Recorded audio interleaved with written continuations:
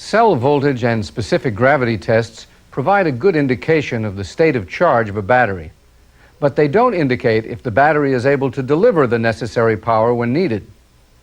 Two tests that do are the integrity and capacity tests. This part of the program will look at integrity and capacity testing of substation batteries. The key points that will be covered include the principles of integrity and capacity testing, the purpose of each test, the basic components of a typical test set, and the basic steps for performing the tests.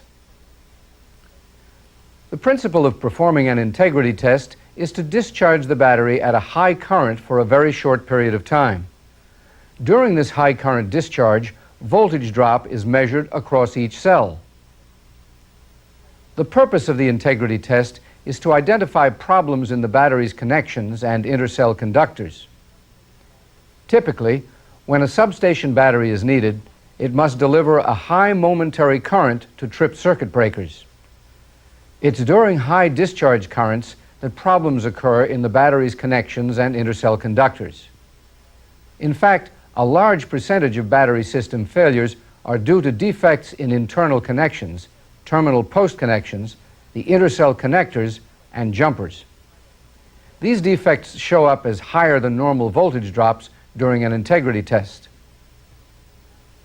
The principle of performing a capacity test is to discharge the battery at a lower constant current until battery voltage drops to a minimum terminal voltage.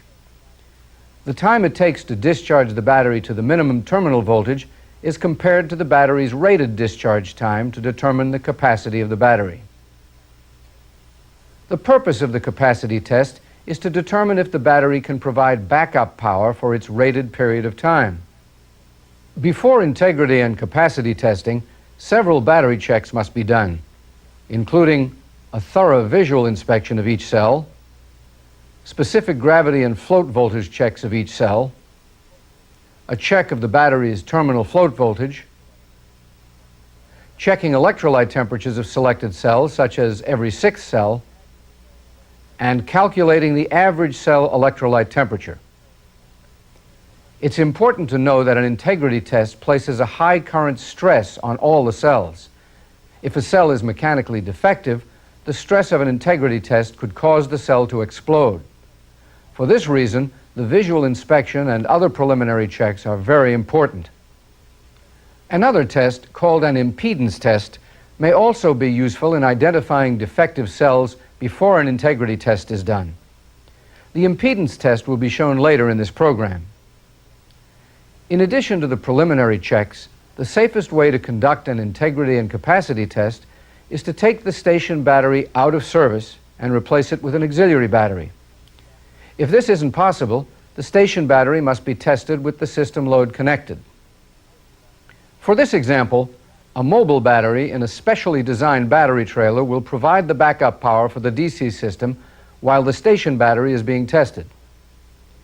To replace the station battery, the mobile battery is connected in parallel with the station battery according to company procedures. Then the station battery is disconnected from the DC system. Next, the test equipment will be connected to the station battery. Setup procedures vary with the equipment that's used. Be sure to follow the specific procedures for your test equipment. Here, test leads from a control unit were connected to the battery. A numbered test lead was placed in numerical order on each cell's positive terminal, starting with the first cell and continuing on to the last cell.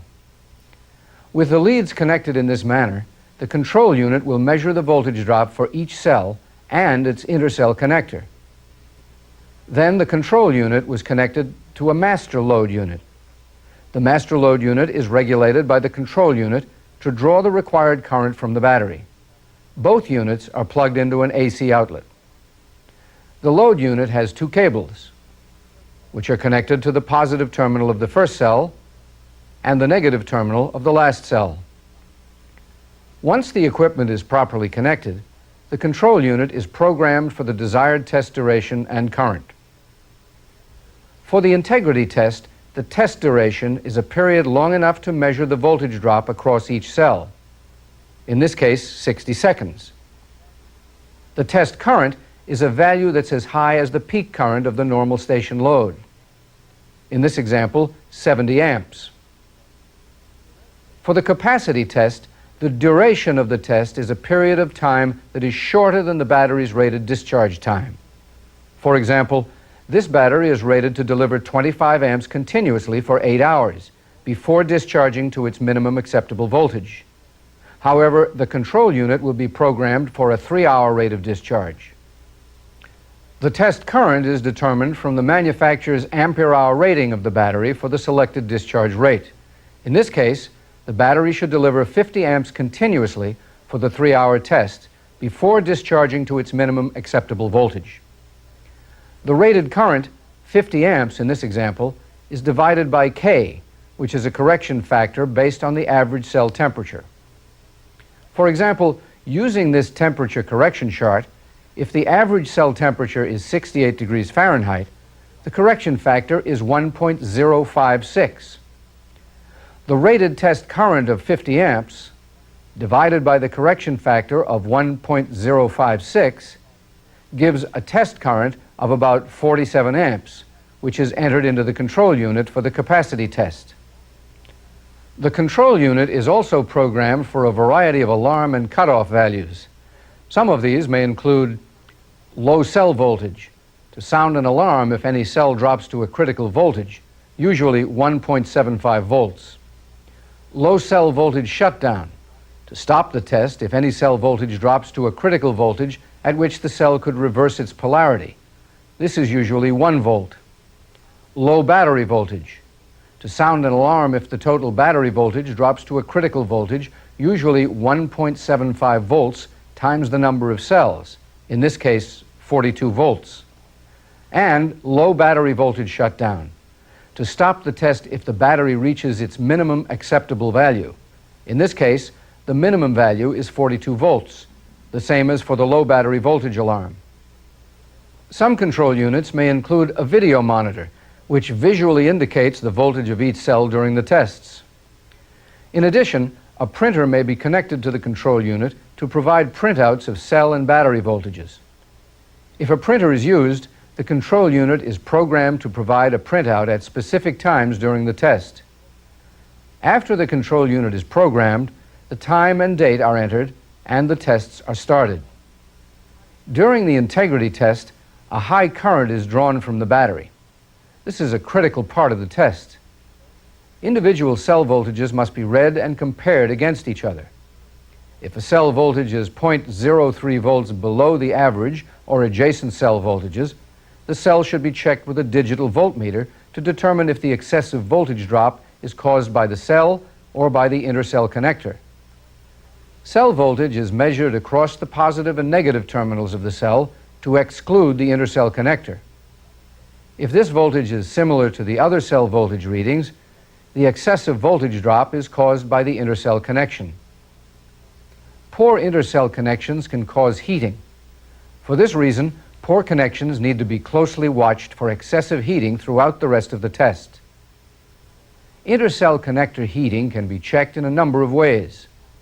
In this example, heating is monitored using an infrared camera. When properly used, an infrared camera will show any hot battery connections. These connections will need to be cleaned and checked for high resistance before the battery is put back into service. During an integrity and capacity test, cell voltages typically change in a somewhat predictable pattern. At the start of the integrity test, cell voltages will drop sharply when the load is applied. Then, when the load is reduced for the capacity test, the voltages will recover to a higher level and hold steady for about a third of the total test time. Then the cell voltages will drop steadily through the rest of the test. For the last 20% of the test time, the voltages start to drop faster. If a cell drops to 1.75 volts, the test should be temporarily interrupted. Then the weak cell is disconnected from the battery, following the appropriate procedures, and bypassed with a jumper. The cell is bypassed because once a cell reaches 1.75 volts, the voltage will drop off quickly. If it drops below 1 volt, the cell may reverse polarity and will be ruined. The low battery voltage value that was programmed into the control unit must then be reduced by 1.75 volts for each bypassed cell, and the test is continued. The time that the test was interrupted is noted so that it can be subtracted from the total test time when battery capacity is calculated. The test is done when the battery reaches its minimum acceptable value, in this case 42 volts, or when the test time expires. Battery capacity is then calculated using this formula. Percent capacity equals TA over TS times 100. TA is the actual time it took for the battery to discharge to the minimum voltage. In this example, 3 hours and 5 minutes, or 185 minutes. TS is the battery's rated time for discharging to the minimum acceptable voltage. In this example, the rated time is 3 hours, or 180 minutes. 185 divided by 180 is 1.03.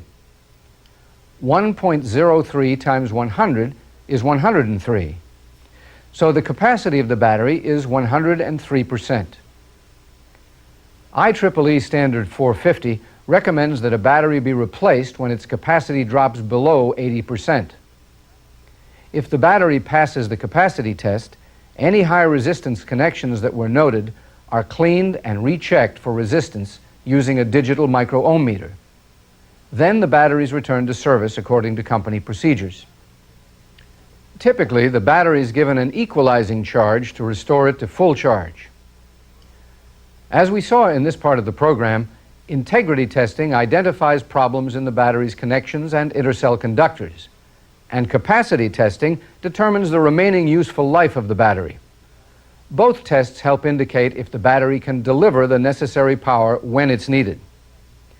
However, repeated capacity testing can shorten the life of the battery, so it's only done about every 5 years. Between capacity tests, the remaining life of the battery can be checked with another test called the impedance test. Impedance testing will be described in the next part of this program.